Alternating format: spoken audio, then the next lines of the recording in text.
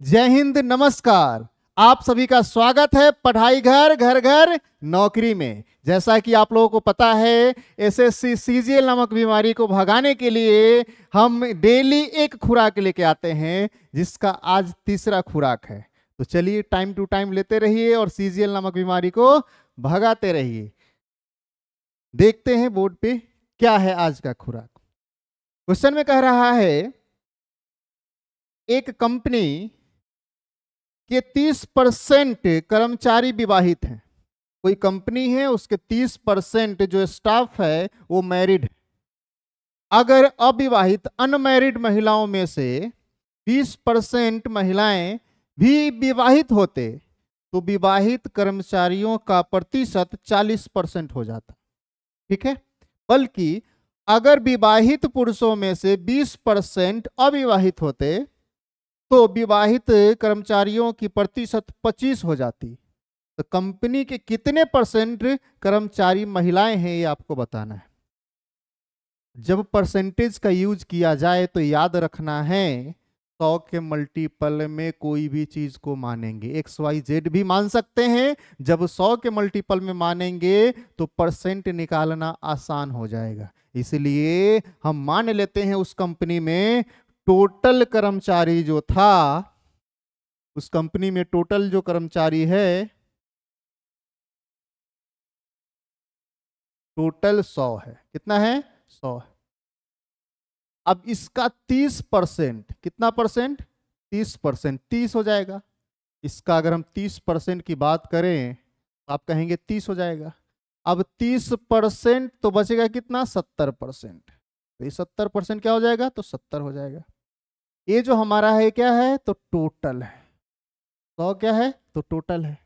अगर 100 कर्मचारी कंपनी में है तो उसका 30% क्या है? तो मैरिड है। कहा गया है 30% मैरिड है, मतलब शादीशुदा है। तो बताओ 70 क्या होगा? तो आप कहेंगे अनमैरिड होगा, अविवाहित होगा। अब देखिए, कहा गया है क्वेश्चन में, अगर अविवाहित महिलाओं में से 20% महिला विवाहित हो तो विवाहित कर्मचारियों का प्रतिशत 40 हो जाएगा। अब हम यहां देखेंगे मेल और दूसरा फीमेल। अब यहां पे मेल की संख्या कुछ होगा, कुछ फीमेल की संख्या, और दोनों मिला के कितना है? तो 30 है। फिर यहाँ मेल होगा और यहाँ फीमेल, ये दोनों मिला के क्या होगा? 70 होगा। तो ये मैरिड वाला और ये अनमैरिड वाला है। अभी कितना कितना है मुझे पता नहीं है। ये मैरिड मेल कितना है और अनमैरिड मेल कितना है, मैरिड फीमेल कितना है, अनमैरिड फीमेल कितना है, पता नहीं है। लेकिन ये कहा गया है जितना अगर अविवाहित महिलाओं में से 20% महिलाएं विवाहित होते, मतलब अगर ये जो महिलाएं फीमेल है और ये अनमैरिड है, जितना भी यहाँ है इसका अगर 20% अगर शादीशुदा होती तब इसे जो ये जो 100 है इसका 40% मैरिड होता। तो इसका 40% कितना हो जाएगा? तो आप कहेंगे 40 हो जाएगा। अब बताओ पहले से मैरिड की संख्या कितना है? तो आप कहेंगे 30। जब यहाँ अनमैरिड जितनी महिलाएं हैं उसका 20% अगर शादीशुदा होती तब ये 40% होता। मतलब ये 30 से 40 जो हुआ है, इसके बीच जो अंतर हमारा जो 10 का आया है, ये 10 का अंतर कहाँ से आया है? तो इसी से आया है। इसका 20% ये क्या रहा होगा? तो 10 के बराबर आया होगा। तब तो यही 10 यहाँ बढ़ गया और ये 30 से क्या बन गया है? 40 बन गया है। ठीक है। तो हम कहेंगे बताओ 20% का वैल्यू 10 है, 20% का वैल्यू 10 है, तो कितना यहाँ रहा होगा जिसका 20% निकाले होंगे तो 10 हो गया होगा। तो आप कहेंगे 20 का वैल्यू 10 है तो ये अपने आप में तो 100% रहा होगा। तो 100 का वैल्यू कितना हो जाएगा? तो आप कहेंगे 10 पचे 50। 20 को 100% बनाने के लिए 5 से गुना, तो जब इसमें 5 से गुना करेंगे तो 100, तो इसमें 5 से गुना करेंगे तो कितना? 50। तो बताओ यहां से ये पता चल गया जो अनमैरिड महिलाएं थी वो उसकी संख्या कितना है? तो 50 है। और टोटल अनमैरिड कर्मचारी कितना है? 70 है। तो बताओ पुरुष में कितना हो जाएगा? तो आप कहेंगे 20 हो जाएगा। ये 20 और ये 50, ये दोनों तो आपको पता चल गया। अब कहा गया है सेकेंड लाइन में, बल्कि विवाहित पुरुषों में से 20% अविवाहित होते तो विवाहित कर्मचारियों का प्रतिशत 25 हो जाता। इस बार कहा गया है जितना भी शादीशुदा पुरुष है उसका 20% अविवाहित हो, अगर शादीशुदा नहीं हो तब टोटल मैरिड स्टाफ का प्रतिशत 25% हो जाता।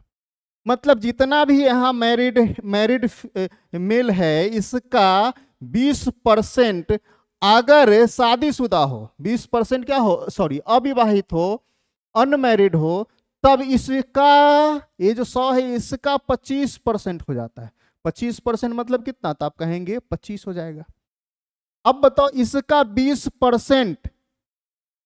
20% कम होने के कारण, इसका 20% कम होने के कारण ये 30 से 25 हो गया है। 30 से 25 हुआ है मतलब कितना कम है, तो आप कहेंगे 5।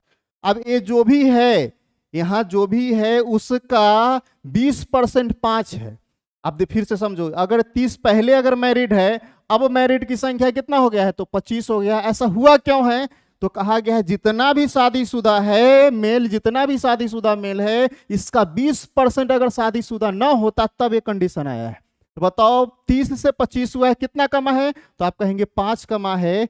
5 कमा है क्यों, क्योंकि जितना भी यहां होगा इसका 20% 5 आया है इसलिए। तो आप कहेंगे 20% इसका जैसे यहां निकाले ना 20%, तो वैसे ही हम यहां कहेंगे इसका जो 20% होगा कितना होगा, 5 होगा। तो हम कहेंगे ये रहा कितना होगा, जिसका 20% निकालेंगे तो 5 आया होगा। तो आप कहेंगे 20 को अगर 100% बना दे तो इसको 100% बनाने के लिए 5 से गुना, तो 5 से गुना करेंगे तो कितना हो जाएगा, 25।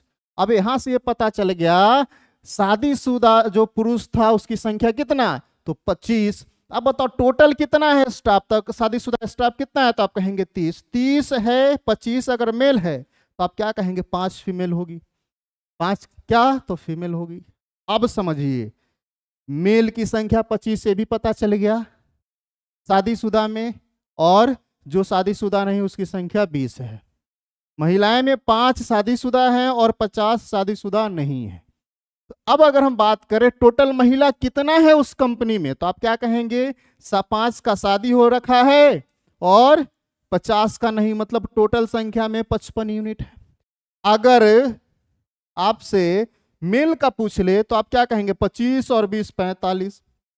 मतलब ये जो 100 है ना, इसमें टोटल मेल की संख्या 45 है और फीमेल की संख्या कितना है, 55 है। आपसे अब पूछा गया है इसमें फीमेल का प्रतिशत क्या है, तो आप क्या कहेंगे, ये जो 55 है प्रतिशत में निकालना है तो टोटल से कंपेयर करना पड़ेगा, टोटल स्टाफ कितना है, तो आप कहेंगे टोटल स्टाफ हम 100 लिए हैं, 100। अब बताओ ये फ्रैक्शन में आ गया, प्रतिशत निकालना है तो क्या करेंगे, 100 से गुना, ये 100 से 100 खत्म, तो क्या कहेंगे 55%। मतलब उस कंपनी में टोटल महिलाएं जो है कितना है, तो 55%। अगर आपसे पूछ लेता बताओ पुरुष कितना परसेंट है, तो आप क्या कहेंगे, 100 का 45 है, 100 में 45 है मतलब 45%। इसमें ये भी क्वेश्चन किया जा सकता था टोटल उस कंपनी में शादीशुदा महिलाएं कितना परसेंट है, तो बताओ 100 में 5 है मतलब 5%। शादी अनमैरिड महिलाएं कितना परसेंट है कंपनी में, तो आप क्या कहेंगे 50%। फिर आप मैरिड पुरुष के बारे में अगर पूछ लिया जाए तो आप कहेंगे 25%, और अनमैरिड पुरुष के बारे में पूछ लिया जाए, मेल के बारे में पूछ लिया जाए तो आप क्या कहेंगे 20%। इतना ही प्रकार का क्वेश्चन आपसे पूछा जा सकता है। लेकिन इसमें खास बात क्या है, इस डाटा को सजाना सबसे बड़ी बात है, कहाँ से हम कैसे लाएं ये सबसे बड़ी बात है।